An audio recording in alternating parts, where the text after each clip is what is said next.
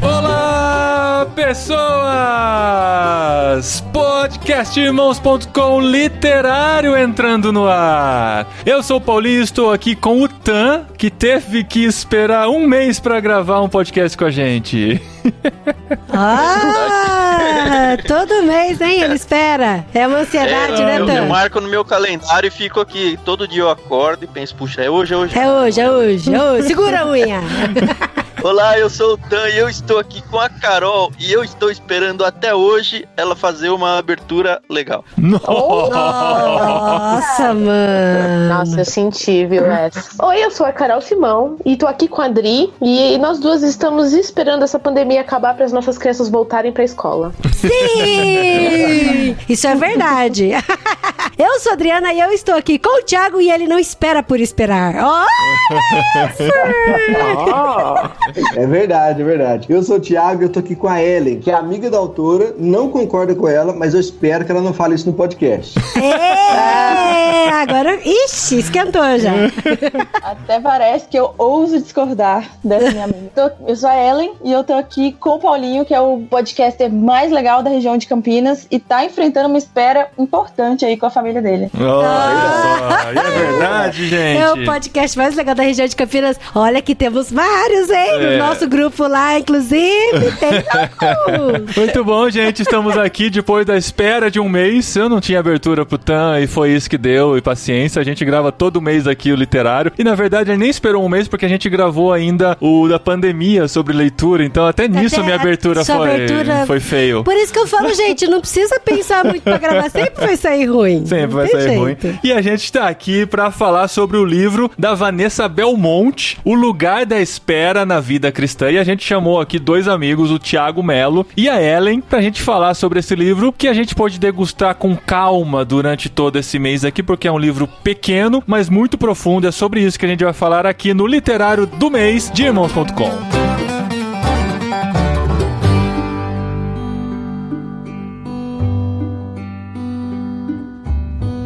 Mas então, gente, como a gente disse no episódio anterior, este é o segundo livro de um autor vivo que nós lemos, né? O primeiro foi o livro do James Smith, Você é Aquilo que Ama, e agora a Vanessa Belmonte, mas é a primeira autora, nossa, não é só viva, é a primeira autora brasileira de quem a gente tá gravando aqui no Irmãos.com, Olha isso! Não é? Primeira autora viva brasileira mulher. Maravilhosa. Sim. Gente, eu gostaria de contar um caso pra vocês aqui, um conto. Eu faço parte de algumas organizações, então, tipo, as pessoas não vão saber de que congresso eu tô falando. Mas, e por fazer parte de algumas organizações, eu também faço parte de algumas seleções de preletores. Daí, uma preletora que eu indiquei pra um dos congressos que eu participo e ajudo, foi a Vanessa Belmonte. Só que ninguém conhecia muito a Vanessa Belmonte. A primeira coisa que o pessoal do congresso falou assim, olha, Adriana, a gente agradece a indicação, mas uma pessoa que escreve por intermédio de médium, não dá pra ter como preletora. Então, você agradece. E tipo assim, eu não sei se a Vanessa vai ouvir esse podcast. Beijo, Vanessa, mas eu nunca te contei isso. Eu não entendi. Vamos explicar pro Thiago, que é a geração Baby Boomer e tal. Desculpa. Achei tão boa a história. Mas... Não, é que existe uma plataforma de artigos, de conteúdo chamada Medium, que se escreve Medium, medium.com. E tem pessoas que têm perfis lá dentro e publicam seus textos. É uma plataforma meio que de blogs hoje, assim, o link fica medium.com/seu nome. Nossa, não é mais Blogspot, então? Blogger, né? 15 anos atrasado. Vou ter que desativar meu Fotolog, então, né? Eu tô vendo que ninguém tá vendo mais as minhas fotos. Né? Exatamente. Fala mais, Ellen. Quem é a Vanessa Belmonte? Quem é a Vanessa Belmonte, Ellen, já que é sua BFF? Então, gente, a Vanessa, ela mora lá em BH, onde eu também morava, ela é da igreja que eu congregava lá. Ela é obreira do Labri, então ela já tem muito tempo que ela tá pensando, refletindo, produzindo alguns textos, algumas coisas no blog dela também sobre essa dessa coisa dos ritmos da vida, não só da espera, mas também dessa coisa de viver no presente, de entender nossa espiritualidade, como que ela se relaciona com o dia a dia. E a gente leu esse livro aqui, a gente estava precisando de um livro mais reflexivo que a gente pudesse degustar com calma, né? Então a gente escolheu O Lugar de Espera na Vida Cristã, porque estamos vivendo esse momento de espera, tanto na nossa quarentena aqui, quanto cada um na sua vida tem alguma coisa que está esperando, que está aguardando, assim como nós aqui em casa temos o fato que vocês devem saber e nos acompanhar da nossa mudança para a Espanha, né? Era para ter acontecido no final de maio, a gente não tem noção de quando será possível, acabamos de ver a notícia, inclusive, que a Europa vai fechar as fronteiras e não vai receber brasileiros por um bom tempo, até que na verdade não é por um bom tempo, é até que a situação da pandemia esteja controlada no Brasil, ou seja, por um bom tempo. Mas você é italiano, mano. Então, mas eu vou sair do Brasil, não sei, enfim. A gente não sabe ainda quanto esperar, então a gente tem trabalhado muito isso no nosso coração como família, com as crianças, né? A questão da ansiedade, a questão de ter a convicção da vontade de Deus, descansar nele, saber que ele tem os planos perfeitos e que mesmo, eu tô dando todos os spoilers do livro, né? E que mesmo durante toda essa espera, Deus está agindo e nós também estamos em movimento, não estamos parados. E esse livro veio para nos confortar em cima de tudo isso e nos ajudar a entender um pouquinho mais o que a gente está vivendo nesse tempo. Uma coisa que eu achei legal, assim, da visão aqui da Vanessa, foi que, assim, quando você pensa em espera, o que é espera? Aí na sua cabeça vem uma fila de pessoas, ou aquela antessala de um consultório médico dentista, ou quando você tá, sei lá, no cartório, sentado, esperando chegar a tua vez. Então, a ideia de espera é sempre relacionado com coisas estáticas, que você está parado, passivas, né? E monótonas. Esperando alguma coisa. Mas aí ela falou, a espera do cristão não é passiva, não é estática. Ela é como se fosse um peregrino caminhando pro seu lugar de destino. Então ela é em movimento, ela vai vendo coisas pelo caminho, vai passando por dificuldades, por alegrias, mas é alguma coisa dinâmica, né? Que tá em contínua transformação. Essa é uma imagem muito legal, essa do peregrino, né? Que tá esperando, mas também tá andando. Mas uma outra imagem muito legal que ela traz no livro, que é inclusive a capa, é essa imagem da semente nascendo, né? Enquanto a gente, às vezes, não tá vendo nada acontecer, lá embaixo da terra já tem uma coisa acontecendo que, enquanto a gente espera, tem algo acontecendo sim, mesmo que a gente não veja. E aí é engraçado que a gente tá nessa, sei lá, a gente às vezes tem pouco contato com a natureza, né? Mas esses dias eu plantei umas sementinhas de tempero aqui em casa, e aí a gente fica nessa ansiedade. Toda hora eu vou lá ver se já nasceu alguma coisa. A gente tá um pouco desacostumado com esses ritmos da espera, né? De você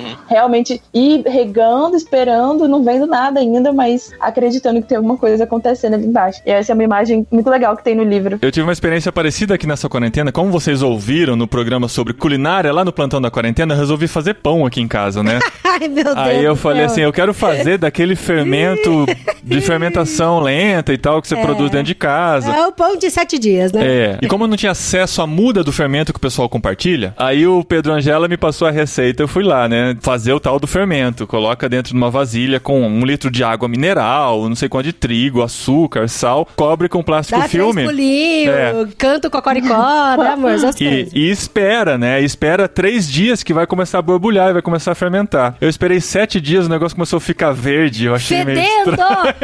Fedendo! A gente abria a porta da cozinha, tava fedendo. E ele não deixava jogar aquela maçaroca fora. Uma hora vai fermentar isso aqui. O negócio ficou verde, não fermentou. E assim, tem hora que a nossa espera não leva a nada, né? Leva a um aprendizado, na verdade, que não é pra todo mundo esse tipo de talento, né? Mas eu queria fazer uma pergunta pro pastor agora. É bom Qual ter pastor no meio da gente. O Thiago é pastor, né? Tem 2 Thiagos pastores aqui. Eu não sou pastor. Eu não sou pastor. Ah, mas 2 fizeram teologia. Fez teologia é pastor, nem vem. Você é mais pastor que eu, Paulinho. Então, mas eu queria perguntar pro Thiago, assim, o que você acha da relação, porque é uma coisa que a Vanessa fala bastante no livro, e isso me deixou um pouco temerosa, mas o que você acha da relação da ansiedade que as pessoas têm quando estão esperando, principalmente agora nos tempos de pandemia, com a falta de fé? Bom, então, quando eu li esse livro, me veio várias coisas à mente, porque esse tema, ele traz vários subtemas, né, importantíssimos, assim. E esse, em específico, da ansiedade, é uma coisa que é muito interessante, porque a espera cristã, ela é distinta de outras esperas, né? Porque a espera cristã, ela pressupõe que nós estamos numa caminhada, e justamente essa imagem, né, que você acabou de falar há pouco, sobre esse andar, né, essa esperativa. Então, a ansiedade, ela é uma forma oposta da espera cristã. Então, esperar esperar de forma cristã é esperar de forma distinta. Então, quando nós não esperamos em Deus, nós temos diversos frutos disso. E um deles é a ansiedade. Uma coisa que me veio à mente, assim que eu estava lendo, e agora há pouco, de novo, né, que a gente espera dos jovens e a gente espera das pessoas hoje certas virtudes que a sociedade não consegue produzir, senão a partir de uma fé que pode produzir elas, né? Então, a fé cristã é a única que consegue produzir, de fato, uma espera significativa, né? Porque não é uma espera otimista, é uma espera esperançosa, né? Então, eu acho isso incrível. Eu acho que a ansiedade, ela é justamente um fruto de uma espera não cristã, de uma espera desqualificada, de uma espera que não pressupõe que Deus está no controle de todas as coisas, né? Esse livro me fez lembrar muito daquele filme Clique, do grande... como é que chama o cara? Adam Sandler. E, gente, esse filme é ruim, então eu acho esse filme tão supervalorizado, cara, e tão ruim, mano. Mas enfim. Mas eu entendo a mensagem que tem nele. O conceito do filme, porque a Vanessa, ela diz um certo tempo aqui que viver é em grande medida esperar, e que não sabemos esperar. E aí um pouquinho pra frente ela complementa. A verdade é que estamos sempre esperando. Esperamos um trabalho, depois esperamos uma promoção, depois um reconhecimento, depois a aposentadoria. E assim, muita gente vive nessas, olhando pra frente, olhando pra frente, olhando pra frente. E aí me veio a lembrança do filme, que é, cara, você tá vivendo agora, enquanto não chega o que você tá esperando, se é que um dia vai chegar, vai vivendo, vai aproveitando. A Vanessa pega esse ponto também, lá na frente ela fala que Deus é especialista em frustrar as nossas mais queridas expectativas de sucesso e felicidade, que geralmente estão fundamentadas em ilusões. E ela usa o John Bunyan como um exemplo, que pra mim foi assim, a ilustração mais forte sobre essa questão de espera, porque Deus cria uma realidade pro John Bunyan, que no caso foi ser preso, que nunca ninguém ia imaginar e nem querer isso pra si. Mas ela diz que ele não tinha feito nem metade do que ele teria feito em vida, da relevância que ele teve pro mundo, se ele tivesse seguido a vontade de fazer o que ele queria, que era pregar lá em Bedford, acho que era. Mas não, Deus colocou ele preso. 12 anos ele ficou preso. E aí foi por causa dessa prisão que Deus fez com que ele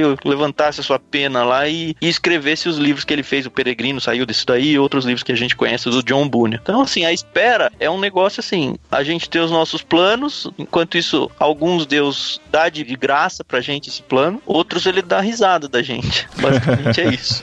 E a gente tem, como cristão, tem que entender isso. E não se portar daquela forma passiva, como foi dito no começo, né? De, então beleza, a vontade de Deus, não vou fazer nada, é que Deus faça alguma coisa. Não, cara, eu vou fazendo, mas o caminho, o trajeto da vida não é nosso, é de Deus. Essa coisa de ficar sempre esperando o próximo passo é uma coisa que acontece tanto na nossa vida, né? A gente sempre acha que o que vem pela frente vai ser melhor e o que a gente tá vivendo é só uma passagem para algo melhor que está por vir, né? É só Quando você tem filhos, você percebe isso, Exatamente. Paulinho. Tem gente que usa aquela frase, né? O melhor de Deus está por vir, né? Ou o melhor está por vir na sua vida e tal. Na verdade, se a gente vive dessa maneira, a gente perde todo o processo que a gente tá vivendo, né? Quando a gente tem criança, acontece muito isso. A gente sempre fica esperando o próximo passo. Nossa, vai ser tão bom quando ele sair da fralda. Aí quando ele sair da fralda, vai ser tão bom quando ele puder se virar sozinho e pegar as coisas sem ficar pedindo, ou que não precisa dar banho. E a gente sempre fica esperando a próxima fase e esquece de curtir o que passou. E acontece muita gente, quando já tem o filho grande, percebe que passou uma grande fase da vida e nem viveu de fato aquela experiência de ser pai e mãe, Aí chora no casamento, né? Aí chora no casamento de arrependimento por não ter vivido da maneira adequada. E isso é em muitas áreas da nossa vida, né? Que a gente percebe que as coisas vão passando, e a gente sempre espera o que tá por chegar. No nosso caso, por exemplo, né? A ansiedade com relação à Espanha. A gente não tem por que desesperar, porque a gente já entendeu perfeitamente que Deus tá no controle. E que se a gente não foi agora, foi porque é a vontade dele é a melhor, e a gente consegue descansar e, enquanto isso, viver esse momento de espera. O fato da gente estar vivendo a quarentena não quer necessariamente dizer que, assim, eu só vou voltar a ser feliz novamente quando tudo voltar ao normal, quando eu puder sair de casa sem medo e tal. A gente tem que fazer esse tempo de espera um tempo especial e um tempo precioso, sabendo que, assim, pode vir coisa boa, mas pode não vir também, como pra muita gente não veio, entendeu? Esse negócio da gente não curtir o presente ou não curtir o que está vivendo, por exemplo, casal de namorado, só vai ficar bom depois que a gente casar. Casou. Só vai ficar bom depois que a gente tiver filho. E aí, consequentemente, depois que o filho tiver maior e tiver melhor, e sair de casa e a gente ficar sozinho de novo. Tem muito a ver com a relação do contentamento também. Eu acho que as pessoas, no geral, acabam perdendo um pouco o gosto por contentamento, de estar feliz e contente com aquilo que você tem, com a situação que você tá, o que você está vivendo. Porque assim, Deus não foi pego desprevenido nessa pandemia, né? Tudo tá debaixo do controle dele e ele sabia que isso ia acontecer. Então a gente tem que continuar confiando nisso e estar contente da forma como a gente está vivendo agora e tentar buscar isso no nosso coração. Inclusive tem um capítulo aqui da Vanessa que eu achei, nossa, muito legal. Foi o capítulo que eu mais gostei. Eu já falei umas 3 vezes dele pro Paulinho, que é o capítulo que fala dos desejos, né? Que tá muito relacionado com essa questão do contentamento mesmo. E aí tem uma parte que ela pega e fala assim: você já submeteu seus desejos a Deus? Já pediu pra ele te ensinar a desejar o que é melhor pra você? Te ensinar a amar o que é bom? Já pediu pra ele te preparar e te transformar no tipo de pessoa que você precisa ser para então ser capaz de viver a realização do que deseja? Porque às vezes a gente não está contente, não tem esse contentamento, porque a gente tá desejando uma coisa que não é pra gente, sabe? A gente tá desejando viver algo que não foi aquilo que Deus preparou pro nosso coração. E a nossa oração e a nossa tendência tem que ser essa mesmo, de submeter tudo pra vontade de Deus, inclusive aquilo que eu desejo. E daí orar pra Deus colocar os desejos certos no meu coração, porque Ele sabe o que é melhor pra mim. Isso tudo se aplica bem ao que a gente tá vivendo agora em 2020 com a pandemia. Se a gente for olhar, por exemplo, um monte de memes que tem que, 2020 foi cancelado, 2020 acabou, foi o ano que não existiu. Nem vou comemorar meu aniversário.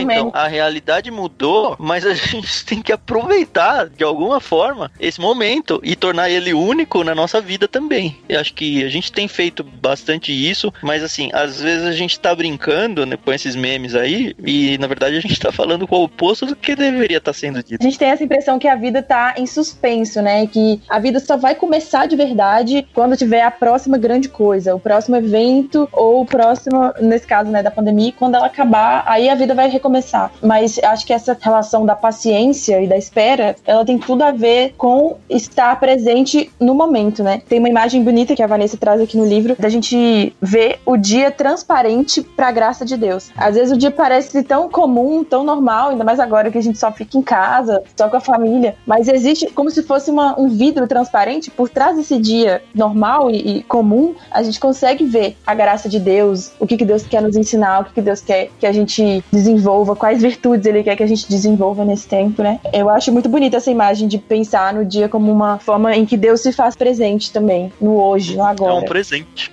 Exatamente. E aí até fala, né, que não é pra gente desprezar o presente, né? Que quando a gente faz isso, é como se a gente estivesse falando pra Deus: o Senhor não sabe o que você tá fazendo. Eu sei o que é melhor pra mim. Será que o Senhor não percebe isso? Eu sou tão eficiente. Será que o Senhor vai ser tão eficiente quanto eu sou, né? Deixa eu te ensinar, Deus, como é que faz as coisas, né?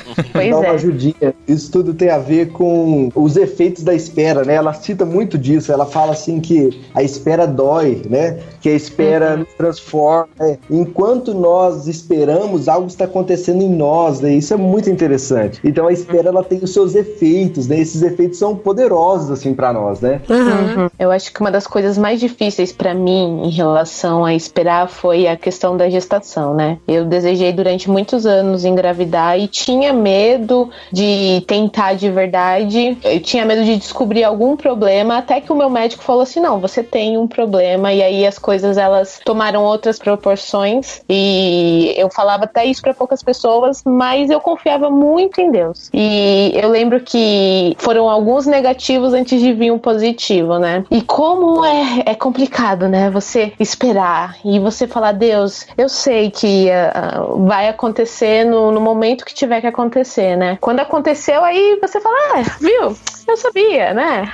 Deus, Ele vai responder. Foi fácil. Né? Foi fácil, né? E aí me tocou muito a parte quando fala de Ana, né? De Isabel, que quem passa pela dificuldade em esperar sabe como é e se torna um pouco mais empático, né? Então, depender de Deus é um exercício diário, né? E não é fácil. E aí até você falou, né, que no seu caso veio um resultado positivo, mas pode ser que nunca tivesse chegado e nunca chegaria, entendeu? entendeu? Por isso que esse capítulo aqui da Vanessa mexeu bastante comigo sobre os desejos, pra gente colocar no coração e pra Deus transformar mesmo os nossos desejos de acordo com o plano que ele já traçou pra nossa vida, sabe? Porque senão a gente vai sentir uma dor da espera muito grande e no fim das contas sempre vai se frustrar. E até voltando nesse paralelo da espera com o peregrino que tá caminhando, eu fico pensando, vai que o peregrino tá caminhando, mas ele não vai chegar na cidade que ele quer chegar. Ele chega em outra cidade. Então você imagina a frustração que é, né? E lidar com isso é muito triste. É o que a Vanessa fala de esperar com o fim em aberto, né? Que é assim, a gente espera, por exemplo, né, no caso, por um filho ou por alguma outra resposta específica, e Deus pode falar sim, mas ele também pode falar não. E acho que parte da espera cristã tem a ver com a gente tá com isso em aberto. Tipo, se Deus quiser me dar, vai ser ótimo. Se ele não quiser me dar, vai ser ótimo também, né? Ou eu vou aprender a ser contente com isso. Tem uma frase muito bonita que ela fala, acho que no livro físico, na página 31, que a gente pode confiar que ele nos molda de acordo com o seu amor e não de acordo com o nosso medo. Que às vezes a gente põe uma expectativa muito grande numa coisa, né? Como se essa coisa fosse ser o nosso Deus, que pode ser um relacionamento, ou um filho, ou talvez uma mudança, qualquer outra coisa. A gente acha que isso vai ser o que vai trazer sentido, o que vai trazer felicidade pra gente. E aí a gente se frustra quando isso não chega, né? Mas a gente tem que confiar que quem é Deus, não é a gente, né? Igual a gente falou, não vai ensinar Deus a ser Deus. Então a gente não tem realmente esse controle que a gente quer ter. E a gente confiando na resposta que Deus der, deixando esse fim em aberto, a gente sabe que não vai ser o nosso medo que vai nos controlar, mas sim o amor de Deus mesmo. A Vanessa faz uma ligação aqui da espera com a esperança, e eu achei isso muito interessante porque a esperança, um teólogo que chama Jürgen Moltmann, né, um teólogo alemão, ele fala assim que a esperança era diferente do otimismo, né, porque a esperança é baseada numa promessa, né, e o otimismo é baseado numa mera expectativa, né, então isso é muito interessante porque agora nesse tempo de quarentena, por exemplo, a gente está esperando que acabe a quarentena, a gente está esperando que acabe a pandemia, a gente está esperando que a gente volte para o nosso dia a dia normal, poder ir pro shopping, ir no cinema, sair com os amigos, etc, né? Mas no final das contas, se a gente está esperando, a gente tem que ser esperançoso de que o fim, por mais que não esteja tão nas nossas expectativas, né, ou da forma que a gente imaginou, é um fim baseado numa promessa, sempre de bem, né, sempre de paz, porque ela vem de Deus, né? E é legal porque a esperança não é fake, né? Igual você falou, de não você acreditar em algo que não vai acontecer, não, é acreditar em algo que vai acontecer, que é o cuidado de Deus mesmo, né? Em Jeremias fala que eu quero trazer à memória aquilo que me dá esperança, mas assim, quando você vai trazer à memória aquilo que te dá esperança, foi de algo do passado. E isso faz muito sentido quando você planta o seu presente, né? Então, às vezes as pessoas estão vivendo esse presente, estão flutuando, estão suspensos, né? Mas esquece que estão deixando de plantar memórias no hoje que vai trazer esperança pro futuro. Então, assim, é meio... parece um paradoxo muito louco, né? A gente tá se preparando pro futuro também, né? Quando a gente passar por momentos parecidos lá na frente, a gente lembrar que a gente já passou por isso, a gente foi cuidado por Deus, a gente passou pelo momento difícil, pelo momento de espera, e isso refletiu lá no futuro pra gente, né? Eu espero que a gente lembre, não seja como o povo de Israel que atravessou o Mar Vermelho e pouco tempo depois estava reclamando que Deus não cuidava deles, né? Uhum. É a tendência, né? Não tem como. Então, toda vez que eu leio aquele texto, eu penso, cara, como que pode uma pessoa passar dentro de um mar aberto e chegar do outro lado e falar, putz, Deus vai matar a gente, Deus não se importa com a gente. Cara, você passou dentro do mar, mano. Como é que pode pensar isso?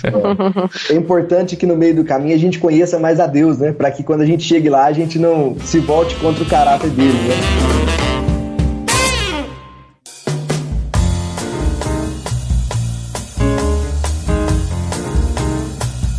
Uma coisa que tava me incomodando um pouco no livro... Olha aí, tô falando mal. Ó a crítica. Ó a crítica aí, Brasil. Não. Vinheta pra crítica. Eu tô contra. Deixa não, Ana. Não, mas uma coisa que é assim, que tava me incomodando um pouco no começo do livro, é que tudo tava relacionado com o eu, né? As minhas ansiedades, as minhas frustrações, as minhas dificuldades em confiar que o plano de Deus é melhor pra minha vida. E eu sempre fico um pouco preocupada quando eu não consigo crescer diante do meu próximo, sabe? Relacional. Quando a gente vive também pra demonstrar a santidade na minha vida, pro outro enxergar Deus na minha vida, pro outro conhecer Cristo, né? Mas aí, eu terminei de ler o livro, lógico, né? Daí eu eu vi que ela foi se aprofundando. Então eu entendi que é uma coisa assim, onde a gente transforma o nosso coração, a gente entende que todo o controle tá nas mãos de Deus, toda a nossa vida, e que isso reflete muito no relacionamento com o próximo. Sim. Muito. E aí ela discorre até, inclusive os próximos capítulos são todos relacionais. E aí isso eu achei muito legal. Foi aí que me ganhou no livro mesmo, né? O que me ganhou bastante nesse livro é esse processo todo que ela monta na hora de organizar o pensamento. Ela parte de um princípio e ela vai desamarrando esse princípio e abrindo um leque diante da gente e mostrando que existe um processo pelo qual a gente passa para entender a vontade de Deus em tudo isso. Então ela fala sobre os nossos desejos, fala sobre entendermos que tudo que nós recebemos de Deus é uma dádiva, é um presente. Fala da importância de nós sofrermos também, ou de nós chorarmos, de nós lamentarmos. De viver o luto, né? De viver a dificuldade, de não passar por cima disso e achar que assim, não, Deus não me deu tristeza, eu não posso aceitar essa tristeza na minha vida, não, como que o luto é importante. Quem aí não passou um baque e não ficou muito triste com essa pandemia, com essas notícias ruins? Quem não acorda um dia mais decepcionado, mais triste e tal? Depois ela fala sobre o contentamento, né? De mesmo no meio da dificuldade, da espera, você enxergar que você já tem o que você precisa para passar por aquilo, né? A graça que Deus revela na nossa vida, culminando com essa de que, assim, nós somos feitos uns para os outros, para ajudarmos os outros no momento de espera e no processo de espera. E outra coisa que a gente não citou aqui ainda, mas que é um dos grandes trunfos do livro, é a coletânea de textos sobre o tema de outros autores que ela faz nesse livro, sim, né? Sim, inclusive aqui é Michel, gente, que ela fala tanto do tal do Michel. Eu fiquei me perguntando, é verdade.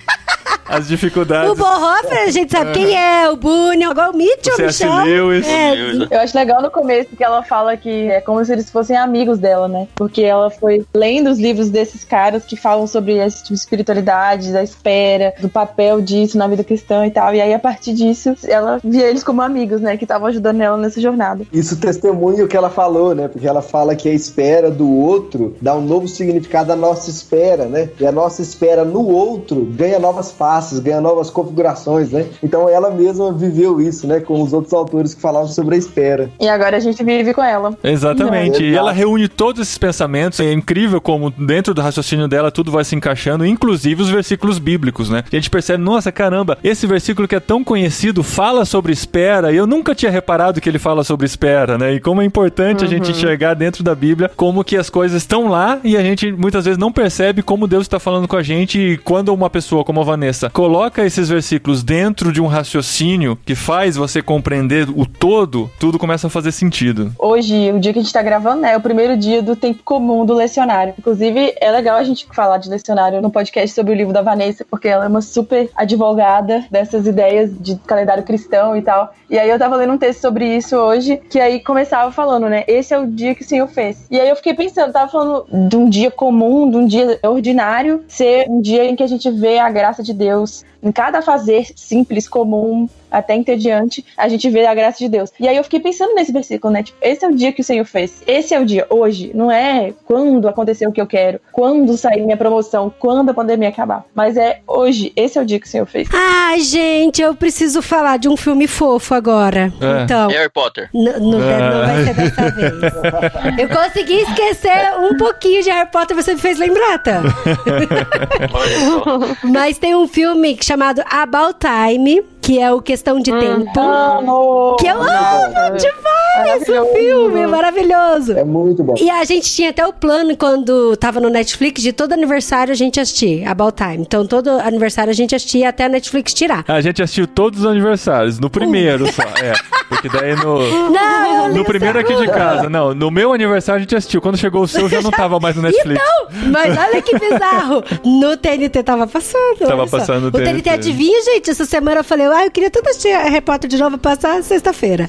Mas enfim, o que é esse filme, Questão de Tempo? Na família dos homens, eles têm a habilidade de voltar pro passado e aí alterar algumas coisas pra poder viver o futuro, né? Pra alterar no futuro. Pra corrigir alguma coisinha, tipo, deu uma vacilada, falou uma besteira, volta e faz de novo, entendeu? Sim, ele falou besteira no primeiro encontro com a menininha que ele tava apaixonado. Ele volta no passado pra refazer aquilo que ele falou. E aí é interessante que o pai dele, que é o Bill Cosby, o ator, cara, tá muito muito sensacional. Cosby, não, Dri? não, qual é o nome dele? Nossa, Cosby. O que Bill Cosby na cabeça? Nossa, eu não lembro dele ser negro. É verdade. Não, eu esqueci. Bill Knight. Knight, Tá vendo? É Bill também. Daí, o pai dele pega e fala assim: Tim, meu filho, eu vou te ensinar o segredo do sucesso. O segredo de você ser tão querido e ser tão carismático. Porque ele era, assim, muito querido. Toda a família amava ele. Ele era uma das pessoas mais legais que tem do mundo, assim. E ele falava assim: o segredo é, você vive o seu dia normal. Olha, eu dando spoiler do filme, pode dar? É isso que eu tô pensando. Eu falei, como que ela vai tirar uma lição do filme relacionada ao tema sem dar spoiler? Whatever, quem não assistiu até agora. Mas assim... spoiler de filme de 10 anos atrás. Não é? Não conta mais. Ó, eu não vi ainda, André. Tô até pesquisando no IMDb aqui agora. Thiago. Aí... Essa é só a lição de moral do filme, mas vale a pena a experiência mesmo assim. Não, mas vale muito a pena. Mas ele fala assim, o segredo é você viver seu dia normal, ordinariamente, normal, vivendo do jeito que tá vivendo e tal. E aí, depois você pega e volta no passado pra viver o seu dia novamente, deixando ele muito espetacular, sabe? Vendo coisas extraordinárias no ordinário. Ele começou a fazer isso, então ele vivia todos os dias da vida dele 2 vezes, até que um dia ele falou, não, mas eu já posso fazer isso no meu ordinário. Na primeira vez. Eu já posso fazer isso na primeira vez. Então é legal porque tem cenas, olha, eu arrepio só de lembrar. Tem cena, por exemplo, que ele tá dentro do metrô, que ele tá entediadíssimo, assim. Aí ele lembra de fazer aquilo uma experiência legal. E aí ele finge que tá tocando uma guitarra no ar, sabe? Aí ele tá correndo pela estação de Londres de metrô, de repente ele para no meio e ele olha pro teto e ele falou, caramba, como esse teto é lindo, por que eu nunca tinha reparado nisso? E aí ele entendeu que todos os dias tinha que ser muito, muito bem vivido. E aí ele conseguiu tirar o prazer de viver do dia, sabe? E a moral da história é que ele nunca precisou mais voltar pro passado. Acabou. Exato, acabou o filme. Acabou o filme. É o que eu sempre falo, então, carpe diem, é isso. Carpe diem, você sempre fala. Parabéns pela frase que você criou. Mas ó como esse livro está conectado também com o livro da semana passada, da Edith Schaefer, Sim. né? Tanto que, assim, são da mesma escola, praticamente, né? De Labrie e tal. E como isso é importante, né? A gente viver isso todos os dias, não esquecer disso, do que a Ellen falou, né? Que esse dia o Senhor fez, e o que a Adri falou sobre o About Time, e o que a gente pensou sobre a espera aqui, de como a gente pode fazer cada dia especial, sabendo que Deus criou esse dia pra gente. E a gente tem esse costume aqui dentro de casa, né? De todo café da manhã, a gente tá em família e tal, a gente tá tendo esse privilégio agora, né? De todo dia tomar o café da manhã em família. A gente sempre agradece, Senhor, obrigado por esse dia que o Senhor preparou pra gente, e a gente quer viver ele da melhor maneira possível, mesmo aqui dentro de casa, que a gente consiga aproveitar cada minuto que o Senhor preparou pra gente, porque ele é especial, ele é um presente de Deus pra nossa vida, né? Mesmo que seja um tempo de espera, ele pode ser especial. Porque assim, às vezes a gente fala de esperar, a gente até deu alguns exemplos, né, de relacionamento, de filho, da questão da mudança de vocês e tal, mas que a vida cristã, ela é pautada na esperança do novo céu e da nova terra, né? Então, assim, a gente vive o nosso hoje com intensidade, entendendo que Deus nos deu, mas a gente tá sempre esperando pra esse dia em que tudo vai ser restaurado e tudo vai ser redimido de forma completa, o reino de Deus vai chegar. Então, que essa esperança seja o que nos dá ânimo pra viver o hoje, né? Amém, amém. Verdade. Muito bom, gente. Obrigado mesmo por vocês lerem com a gente e acompanharem com a gente aqui. Foi um livro mais fácil de ler. Eu acredito que ajudou todo mundo a passar melhor esse mês e a entender melhor daqui pra frente o que a gente pode esperar, né? Sabendo que a gente tá esperando em Deus e Deus tem o melhor pra gente. Pra mim, assim, o raciocínio é bem simples, né? É só saber que Deus sabe todas as coisas. Ele sabe, inclusive, o que é melhor pra gente. Por que a gente vai se decepcionar com qualquer coisa que Ele coloca na nossa vida, né? É só esperar e saber que Ele tá trabalhando, mesmo quando a gente acha que Ele não está trabalhando. E resumiu o livro da Vanessa. Ainda chamou o livro de simples. Simples. Só falta viver. Tem uma oração que ela faz no final, bem no final ela conclui dizendo: ensina-nos, Senhor, a confiar em Ti, entregarmos a ilusão do controle, a ansiedade e o medo da espera. Nos ajude a enxergar a realidade de quem o Senhor é e de quem nós somos, de que estamos seguros em seu cuidado e amor por nós. Nos ensina a viver cada momento, cada tempo preparado para nós e a não deixar a desconfiança prevalecer. Que a nossa fé seja provada e fortalecida nesses momentos de espera. Que possamos crer e nos tornar maduros, semelhantes a Jesus, através desses momentos de espera. Achei muito legal. Olha, que da hora, cara. Amém. Amém. Eu acho lindo terminar o livro com uma oração.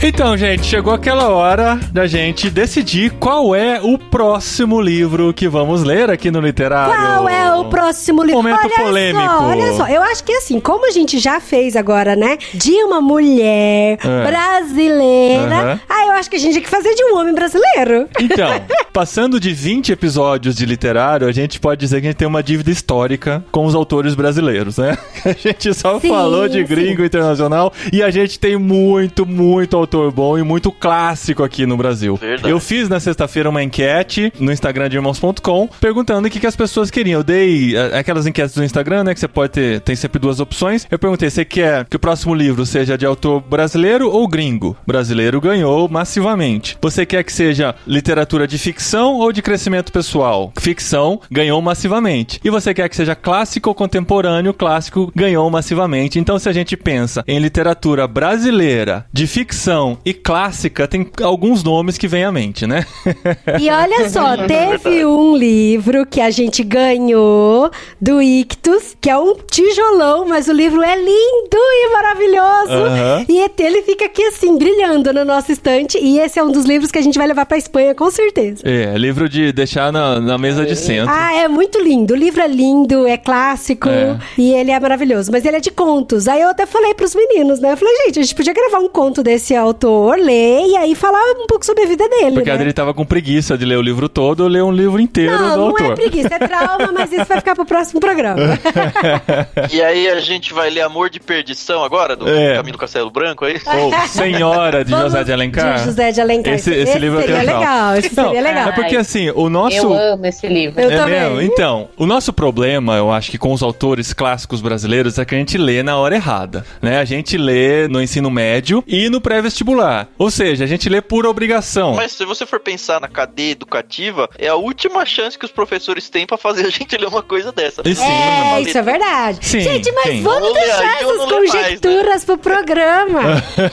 Agora é só muito bom, gente. Agora eu quero usar outro argumento que me fez chamar a atenção, por causa do momento que estamos vivendo. Saiu uma notícia super interessante no dia 5 de junho, que a tradução do livro Memórias Póstumas de Brás Cubas esgotou-se em um dia na nova edição em inglês que foi lançada na Amazon e na livraria Barnes & Noble. Eu falei, caramba, se os gringos estão olhando com esse olhar para um autor brasileiro, a gente tem que dar uma segunda chance também, né? Sim, e mais do que isso, Machado de Assis é Machado de Assis, né? E mais do que isso, a gente tá vivendo esse tempo de manifestações antirracismo e o Machado de Assis foi um cara que por muito tempo, e até nos nossos livros, se não me engano, foi retratado como um autor branco. Pra mim, eu acho que não. Pra mim, sempre foi. Ele sempre foi negro? Sempre foi negro. Minhas professoras sempre falaram. Então, e até falaram isso com muito orgulho. O pessoal justifica hoje que foi retratado dessa maneira por causa da qualidade de impressão e tal, mas eu não duvido que tenha um fundo racista nisso aí também. Então acho que é o momento de nós lermos Machado de Assis no Literário de irmãos.com. É isso aí.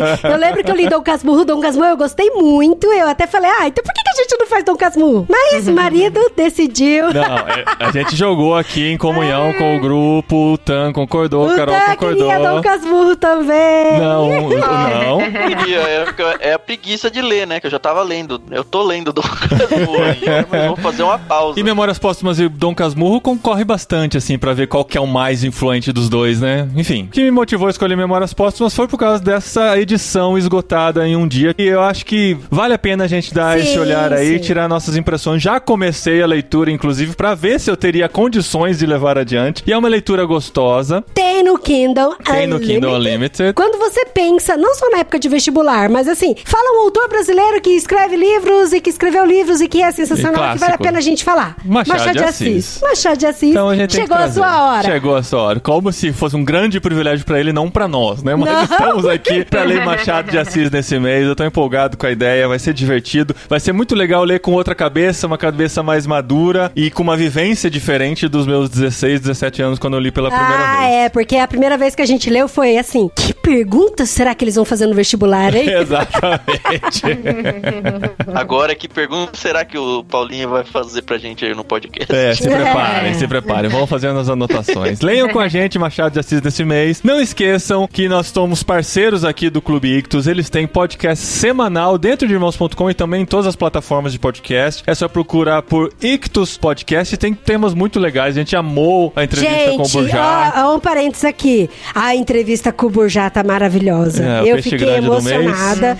Cara, quando ele faz o paralelo da vida com o povo de Israel andando no deserto. Olha só, eu tô arrepiada. Demais, né? Caramba, demais. Eles ainda vão poder ouvir a Carol chorando ainda, hein, ó. Cara, eu tô arrepiada de novo, de verdade. Fala de novo pra arrepiar de novo. É maravilhoso, gente. É maravilhoso. Isso é no Ictus Podcast. Tem também o Clube Ictus pra você assinar e receber livros todo mês com a curadoria desses peixes grandes que indicam por aqui, assim como o Burjá que indicou nesse podcast. Tô super ansioso pra ver qual vocês vão escolher pra mandar pra gente. E vocês estão cada vez mais envolvidos com a gente nesse plano de leitura que tá cada vez mais divertido. Eu tô curtindo muito ler com vocês. Obrigado mesmo, Tan e Carol, por essa parceria aí. Legal. Só pra deixar claro, a gente não mandou esse mês o Machado de Assis. Esse livro não foi no Clube Ictus, foi um outro autor brasileiro que vocês vão descobrir muito em breve lá no nosso podcast, tá bom? É isso. E a gente vai fazer live assim que receber aqui. Fica de olho no nosso Instagram, irmãos.com, pra você acompanhar também essa nossa jornada.